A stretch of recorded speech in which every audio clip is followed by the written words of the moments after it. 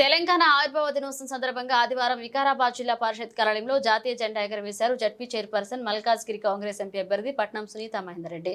అనంతరం తెలంగాణ అమరవీరుల స్తూపం దగ్గర నివాళులర్పించారు. కార్యక్రమంలో జిల్లా కలెక్టర్ నారాయణ రెడ్డి, పరిగి ఎమ్మెల్యే రామ్మోహన్ రెడ్డి, జడ్పీటీసీలు, ఎంపీపీలు, అధికారులు పాల్గొన్నారు.